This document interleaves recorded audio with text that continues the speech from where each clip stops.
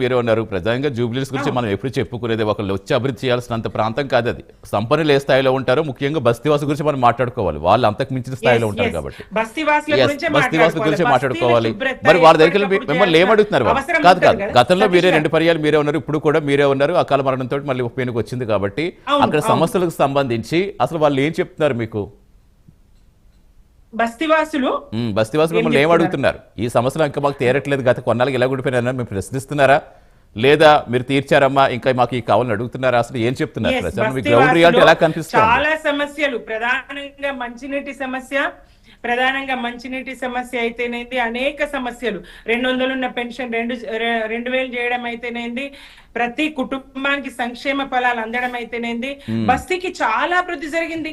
బస్తీ దవాఖానాలు ఏర్పాటు చేసినాము. అలాగే ఇంకా చాలా అంటే చాలా 1000 పడకల ఆసుపత్రి అండి. 900 కోట్లతోనే 1000 పడకల ఆసుపత్రి అక్కడ మేము నిర్మించడం జరిగింది. అనేక అభివృద్ధి కార్యక్రమాలు ఆ నియోజకవర్గ పరిధిలో మేము చేసినాం. బస్తీలో ఎలాంటి సమస్యలు లేవని కాదు, సమస్యలు ఉంటాయి, సమస్యలు పరిష్కరిస్తూ మేమున్నాం. తాత్కాలికంగా ఇప్పుడు చెత్త ఏదైతే పేరుకపోయిందో దానికి బీఆర్ఎస్ ను బాధ్యుల్ని చేస్తూ మా వర్కింగ్ ప్రెసిడెంట్ కేటీఆర్ గారిని, నాటి పురపాలక శాఖ మంత్రిని, ఈ పురపాలక శాఖ మంత్రి తన ఆధీనంలో పెట్టుకున్నటువంటి ముఖ్యమంత్రి గారు దూషించడం ఏదైతే ఉందో అది నిజంగా హాస్యాస్పదం కాదు, ప్రజలు అసహించుకునేటువంటి సందర్భం అండి. మేము చేయకుండా ఉన్నామా? మేము ఎంత చేస్తే ఆ నియోజకవర్గ ప్రజలు మాకు అండగా ఉన్నారు, ఇప్పుడు మాకు అండగా నిలుస్తున్నారు. ఇప్పుడు ఓడిపోతామనేటువంటి భయంతోని, ఫ్రస్ట్రేషన్ తోని పాపం ఇట్లాంటి మాటలు వాళ్ళ ప్రతినిధులు ఎక్కడ మాట్లాడినా, లేదా వాళ్ళ మంత్రులు ఏం మాట్లాడినా, వాళ్ళ ఇంటి సమస్యలు మర్చిపోయి, పార్టీ సమస్యలు మర్చిపోయి, ప్రభుత్వ సమస్యలు. సతీష్ గారు ఒక్క నిమిషం అండి, కంక్లూడ్ చేయండి.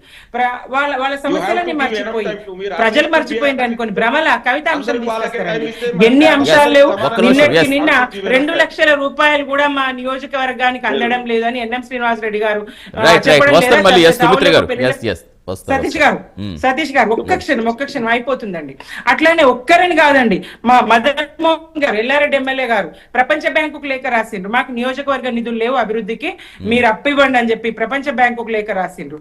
పొన్నం ప్రభాకర్ గారిది ఒక దారి, కొండా సురేఖ గారిది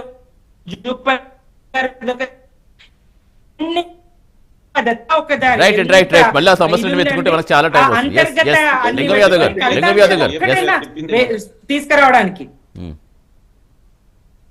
సతీష్ గారు, లింగం యాదవ్ గారు చెప్పండి.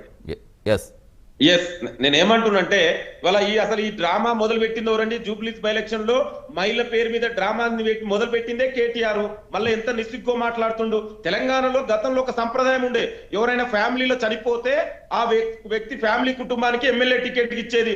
ఆ సంప్రదాయాన్ని తుంగలో దొక్కిందే కేసీఆర్. గతంలో రామరెడ్డి వెంకరెడ్డి గారు చనిపోతే ఆ ఫ్యామిలీకి ఇచ్చినప్పుడు ఇవాళ వాళ్ళు మాట్లాడితే ఎట్లండి? ఇవాళ మహిళలను అడ్డం పెట్టి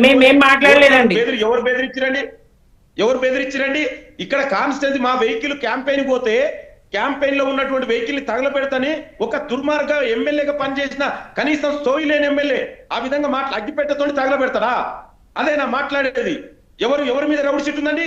ఇక్కడ ఉన్న వాళ్ళు మాట్లాడుతున్నారు. I can challenge you, Naveen Yadav మీద రౌడీ షీట్ ఉందని ప్రూవ్ చేస్తారా? మరి లేకుంటే మిమ్మల్ని మీరు ఏం చేస్తారు దానికి? కేటీఆర్ ఏమన్నాడు? రౌడీనా? ఎట్లా రౌడీ అవుతాడండి? అంటే బీసీ బిడ్డ మీద ఒక కేసులు ఉంటే రౌడీ అవుతాడా? రౌడీ షీట్ ఓపెన్ అయిందా నవీన్ యాదవ్ మీద? మరి ఇదే నవీన్ యాదవ్ తండ్రి శ్రీశైలం యాదవ్ దగ్గర వెహికల్ ఇచ్చినప్పుడు కేసీఆర్ తీసుకున్నప్పుడు అప్పుడు ఎక్కడ పోయింది శ్రీశైలం యాదవ్ రౌడీ అని? అప్పుడు ఎందుకు మాట్లాడలేదు? ఇదే కవిత గారు చెప్పింది కదా, నా పెళ్లికి డబ్బులు కూడా ఇచ్చిరని. మరి అప్పుడు ఎక్కడ పోయిండు? అంటే నీ అవసరం కోసం వాడుకోవడం తప్ప ఇవాళ నీ అవసరం కోసం ఇష్టం ఉన్నట్టు క్యారెక్టర్ అసాసిన్ మొదలు పెట్టింది ఈ దుర్మార్గుడు కదా. మరి 10 ఏళ్లలో ఎంతో మంది విద్యార్థులు ఆత్మహత్య చేసుకురు. 10 ఏళ్లలో తెలంగాణని భ్రష్టు పట్టించురు, అస్తవ్యస్తం చేసిరు, దాచుకురు. ఇవాళ కాళేశ్వరం నుంచి మొదలు పెడితే ఇవాళ కాదేది అనర్గం అవినీతికి అన్నట్టు ఎక్కడ చూసినా అవినీతి. మరి అన్నిటి మీద కేటీఆర్ ఏమనాలే?